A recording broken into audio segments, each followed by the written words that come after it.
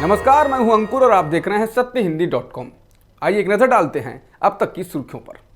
गुजरात में विधानसभा चुनाव के लिए पहले चरण का मतदान जारी है। 3 बजे तक 48.48% मतदान हुआ है। इस चरण में 89 सीटों पर वोट डाले जा रहे हैं, जबकि दूसरे चरण का मतदान 5 दिसंबर को होगा और तब 93 सीटों पर वोटिंग होगी। मतदान शाम 5 बजे तक चलेगा। गुजरात और हिमाचल प्रदेश के नतीजे 8 दिसंबर को आएंगे। पहले चरण में कच्छ, सुरेंद्रनगर, जामनगर, द्वारका, पोरबंदर, जूनागढ़, नवसारी, वलसाड, भरूच, सूरत, तापी, डांग, अमरेली, भावनगर, बोटाद, नर्मदा, गिर सोमनाथ की सीटों पर मतदान हुआ है। इस चरण के प्रमुख उम्मीदवारों में आम आदमी पार्टी के मुख्यमंत्री पद के उम्मीदवार यशोदान गढ़वी, गुजरात के पूर्व मंत्री पुरुषोत्तम सोलंकी, 6 बार के विधायक कुंवर जी बावलिया, कांतिलाल अमृतिया, क्रिकेटर रविंद्र जडेजा की पत्नी रीबाबा जडेजा और गुजरात आम आदमी पार्टी के अध्यक्ष गोपाल इटालिया प्रमुख उम्मीदवार हैं। हमेशा की तरह आज भी मतदान वाले दिन पीएम मोदी चुनाव प्रचार करते हुए नजर आ रहे हैं। हालांकि ये प्रचार वो दूसरे चरण के लिए कर रहे होंगे, लेकिन टीवी पर हर जगह छाने के कारण जहां मतदान हो रहा है उसको भी वो प्रभावित करेंगे, इसमें दो राय नहीं। पीएम मोदी विधानसभा चुनाव के दूसरे चरण के लिए 16 विधानसभा क्षेत्रों पर प्रचार करेंगे। प्रचार के दौरान वो अहमदाबाद में 50 किलोमीटर का लंबा रोड शो करने वाले हैं। ये मेगा रोड शो नरोडा गांव से शुरू होकर गांधीनगर दक्षिण निर्वाचन क्षेत्र में 50 किलोमीटर से अधिक की दूरी तय करेगा। प्रधानमंत्री का रोड शो दोपहर 3:30 बजे शुरू होने की संभावना है और शाम 6:30 बजे तक चलने की उम्मीद है।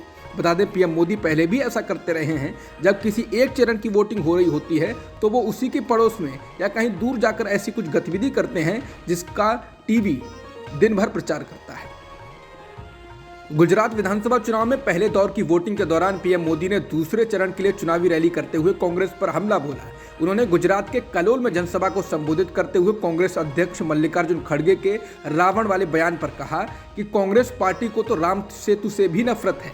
कांग्रेस में पीएम पद को नीचा दिखाने के लिए इस बात पर कंपटीशन चल रहा है कि कौन सबसे ज्यादा गाली दे सकता है।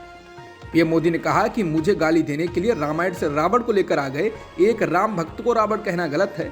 उन्होंने कहा कि लोग जितना कीचड़ उछालेंगे कमल उतना ही खिलेगा। महाराष्ट्र और कर्नाटक के बीच कई सालों से चल रहे सीमा विवाद को लेकर बेलगावी के एक कॉलेज में आयोजित कार्यक्रम में एक छात्र को पीट दिया गया। इसका एक वीडियो सामने आया है जिसमें दिख रहा है कि एक कार्यक्रम के दौरान एक छात्र ने कर्नाटक के पारंपरिक ध्वज को लहराया तो महाराष्ट्र के छात्र उस पर आग बबूला हो गए और उन्होंने उस छात्र की जमकर पिटाई कर दी। कार्यक्रम में बड़ी संख्या में लोग मौजूद थे। छात्रों को झगड़ते देख टीचर और कॉलेज के स्टाफ के सदस्य बीच बचाव के लिए पहुंचे। इलाके की पुलिस भी मौके पर पहुंची और मामले की जांच शुरू की है। बता दें, बेलगावी जिला कर्नाटक में पड़ता है, लेकिन महाराष्ट्र उस पर अपना अधिकार जताता है। जिस छात्र पर हमला किया गया है वो नाबालिग है और 12वीं का छात्र है। एनडीटीवी के मुताबिक पुलिसकर्मी ने उससे कहा कि ऐसे वक्त में जब ये विवाद चर्चा में है तो उसे कर्नाटक का झंडा नहीं फहराना चाहिए था।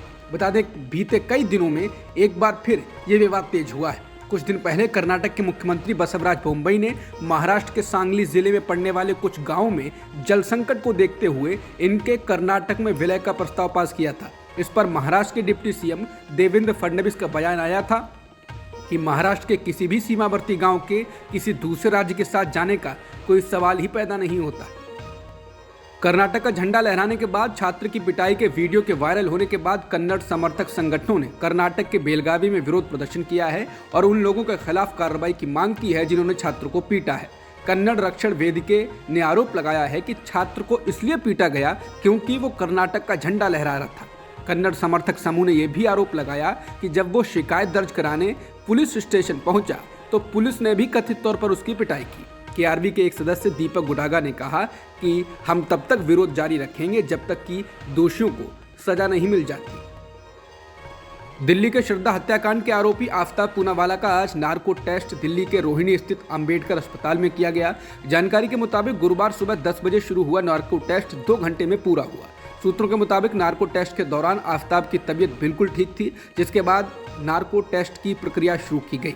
पुलिस ने कोर्ट में दलील दी थी कि आरोपी की कहानियों पर भरोसा नहीं किया जा सकता है, वो ठीक तरह से जवाब नहीं दे रहा है, जिसके बाद कोर्ट ने नार्को टेस्ट की अनुमति दे दी थी। मालूम हो कि आफताब ने इसी साल 18 मई को अपनी live in partner Shraddha Walker की हत्या कर दी थी और बाद में शरीर के 30 से अधिक टुकड़े किए थे। उसको काटा था और फ्रिज में रखा था। 3 सप्ताह तक शव के टुकड़ों को बाहर ले जाकर फेंकता था। मध्य प्रदेश के उज्जैन से आगे बढ़ रही भारत जोड़ो यात्रा में आज अभिनेत्री स्वरा भास्कर भी शामिल हुई।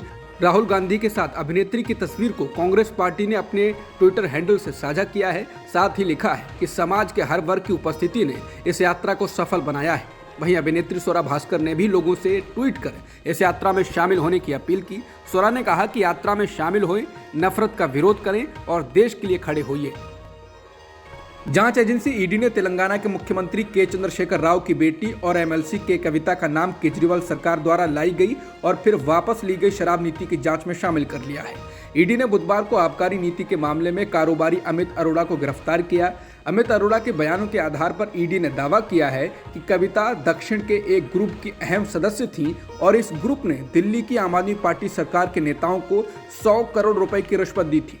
ईडी ने कहा है ये रिश्वत आम आदमी पार्टी के कम्युनिकेशन विभाग के प्रभारी विजय नायर के जरिए दी गई थी। विजय नायर को भी आबकारी नीति के मामले में गिरफ्तार किया गया था। International film festival of India में द कश्मीर फाइल्स को वल्गर प्रोपेगेंडा फिल्म बताकर विवादों में आए इजरायली फिल्म मेकर नवाद लपिड ने CNN न्यूज़ 18 के साथ बातचीत में कहा कि अनजाने में किसी भी समुदाय की भावनाओं को ठेस पहुंचाने के वो माफ़ी चाहते हैं। उन्होंने कहा कि वो पीड़ितों में किसी का या उनके रिश्तेदारों का अपमान नहीं करना चाहते थे। वहीं हारिस के साथ एक साक्षात्कार में फिल्म निर्माता ने कहा कि उन्हें पता चला कि द कश्मीर फाइल्स को राजनीतिक दबाव के कारण प्रतियोगिता में शामिल किया गया था और उन्होंने महसूस किया कि इसके खिलाफ बोलना उनका कर्तव्य है। लपिड ने कहा कि इसलिए मुझे लगता है कि एक विदेशी के रूप में जो वहां जाता है, आपका दायित्व तो है कि आप उन चीज़ों को कहें जो वहां रहने वाले लोगों के लिए कहने में मुश्किल हो। दक्षिण कोरिया की एक यूट्यूबर से मुंबई में लाइव स्ट्रीमिंग के दौरान बेहूदगी और छेड़छाड़ की गई। इसका वीडियो सोशल मीडिया पर वायरल हुआ है। यूट्यूबर से छेड़छाड़ करने वाले 2 आरोपियों को गिरफ्तार कर लिया गया है। इनके नाम मोबिन चांद मोहम्मद शेख और मोहम्मद नकीब सदरियालम अंसारी है। ये घटना मुंबई के खार इलाके में बुधवार रात को हुई। जब यूट्यूबर एक वीडियो के दौरान लाइव थी, तभी छेड़छाड़ करने वाले एक शख्स ने उसका हाथ पकड़ लिया और उसे किस करने की कोशिश की। 1 मिनट के इस वीडियो में छेड़छाड़ करने वाले एक शख्स को यूट्यूबर का हाथ खींचकर ले जाते हुए देखा जा सकता है। यूट्यूबर उससे पूछती है कि हम कहां जा रहे हैं। वो उनके साथ जाने से इनकार करती है और इसी दौरान एक युवक उसे किस करने की कोशिश करता है। थोड़ी देर बाद वहां से वो चली जाती है और कहती है ये उसके घर जाने का वक्त है।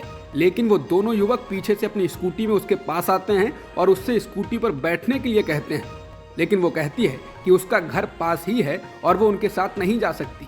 वो उन्हें बाय बाय कर जाने के लिए कहती है। आतंकवादी इस्लामिक स्टेट समूह IS का कहना है कि उसका नेता अबू हसन अल हाशमी अल कुरैशी एक हमले में मारा गया है। उसकी जगह अब दूसरे को नया IS चीफ बनाया जाएगा। तमाम विदेशी मीडिया के मुताबिक IS के एक प्रवक्ता ने कहा कि हाशमी एक इराकी था जो अल्लाह के दुश्मनों के साथ लड़ाई में मारा गया। हालांकि प्रवक्ता ने यह नहीं बताया है कि IS चीफ कब मारा गया, कहां मारा गया, हमला किधर से हुआ।